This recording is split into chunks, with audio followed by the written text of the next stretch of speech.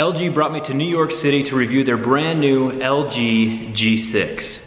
And they actually left me alone in a room with the phone.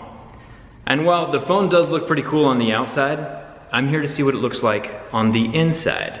Let's get started.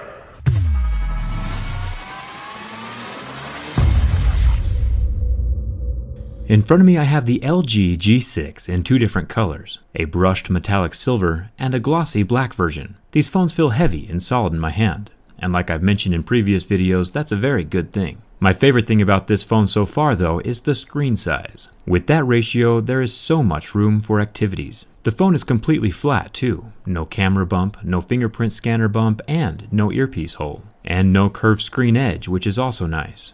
When gripping a phone with a curved screen like the S7 Edge, the palm of my hand always touches the curve, making the phone hard to use with just one hand. So I'm glad LG is staying away from that type of design. But seriously, I hope this widescreen trend continues.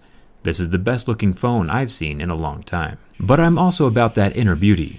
So thank you to LG for sponsoring this video and letting me analyze this thing from the inside. Remember, this is not an activity that you want to attempt on your own. The phone has an IP68 water-resistant rating, which means that the back is sealed shut with adhesive. This is great for keeping the water out, but also makes the phone a bit harder to work on. Warming the phone up softens the adhesive. I also use a suction cup and my thin metal pry tool to lift up the bottom edge of the glass and slip my pry tool inside. The rear glass panel has a slight curve to it, so I'm using a soft paper business card to slice through the adhesive while not putting too much pressure on that curve of the glass. Once the back panel is off, we can see the golden contact points for the fingerprint scanner. The golden pads just rest on top of the motherboard to transfer signal.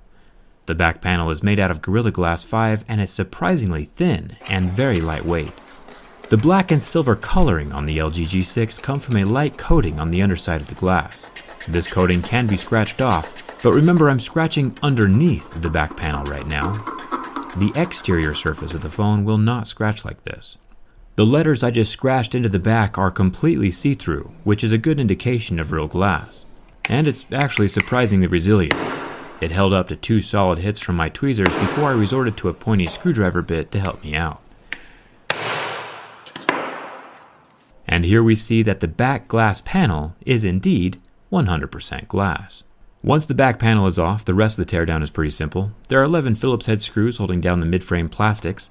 Once these are removed, I can lift off the wireless charging pad. Wireless charging is currently only available in the US at the moment, so depending on where you live, your LG G6 might be a little bit different. Wireless charging does not work through metal phones, which is one of the reasons why the G6 has a glass back. You can see the golden contact pads from the wireless charger that rest up against the motherboard. The loudspeaker is attached to the bottom plastic section. This uses the same golden pads to communicate with the mainboard.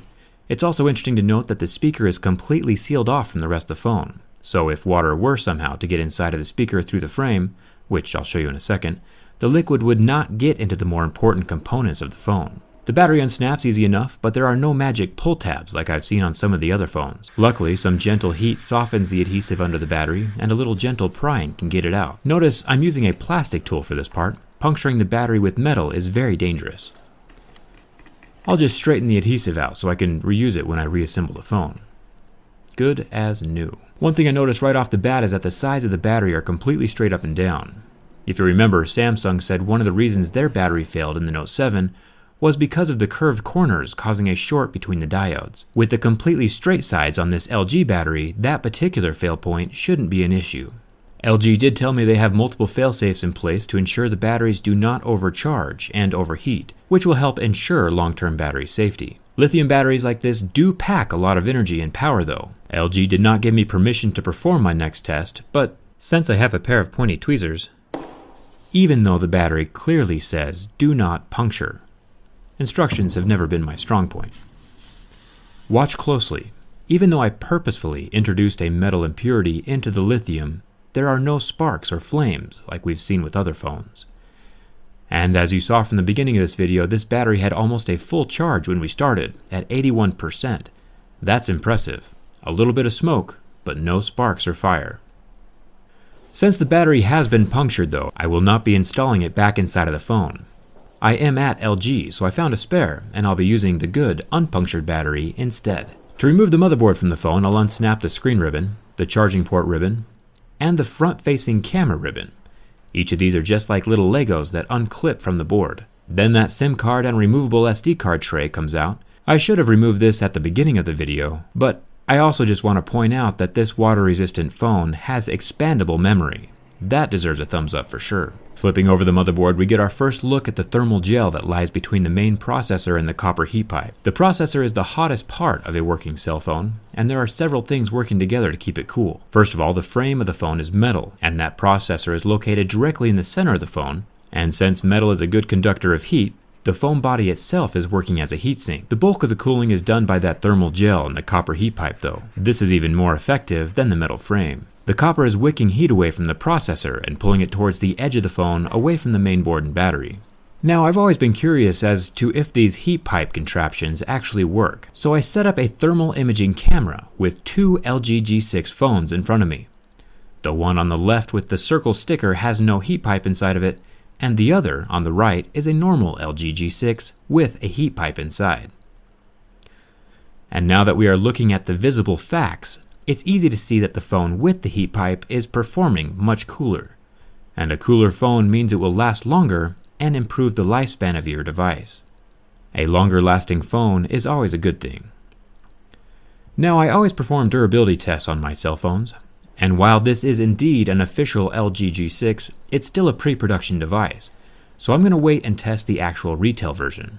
I can still analyze this device though. This bottom corner has the water-resistant screen that helps keep water out of the phone. LG hasn't failed one of my durability tests yet, so I'm pretty confident in their structural integrity. There is a lot of metal inside this device. Up here at the top we find our headphone jack with its gold contact pads. The corners of this phone are pretty thick, and the antenna lines for signal strength can also be used to absorb the impact of corner drops, since plastic is more malleable than metal. I don't want to pick on Apple too much right now, but this Android phone has a headphone jack, removable memory, wireless charging, water resistance, and a screen the size of Texas. It's like comparing a Swiss Army knife to some fingernail clippers. There are two cameras inside of this LG G6. The main camera has the optical image stabilization, which means that the camera physically moves around inside of the phone like a gimbal to stabilize your pictures and video. The wide-angle camera lens is solid. It's only the main camera that has the OIS on it. I'll just snap these components back into place like little Legos, and then I'll move on to the charging port.